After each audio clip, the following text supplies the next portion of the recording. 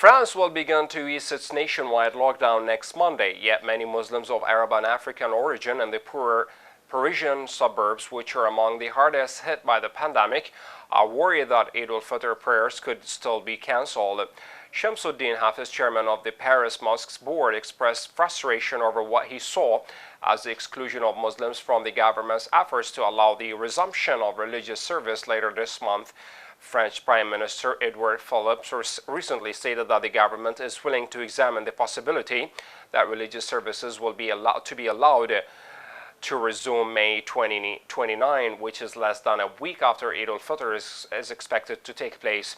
Hafiz, a lawyer of Algerian origin, said the French government chose a date that is convenient for many Christian and Jewish celebrations, but did not take into account the celebration by French Muslims.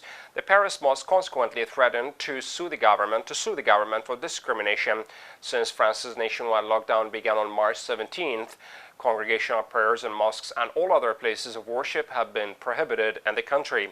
While most Muslim communities in the Parisian suburbs have accepted these restrictions, some groups try to get around them by gathering in private homes and on the roofs of buildings, putting themselves and others at risk.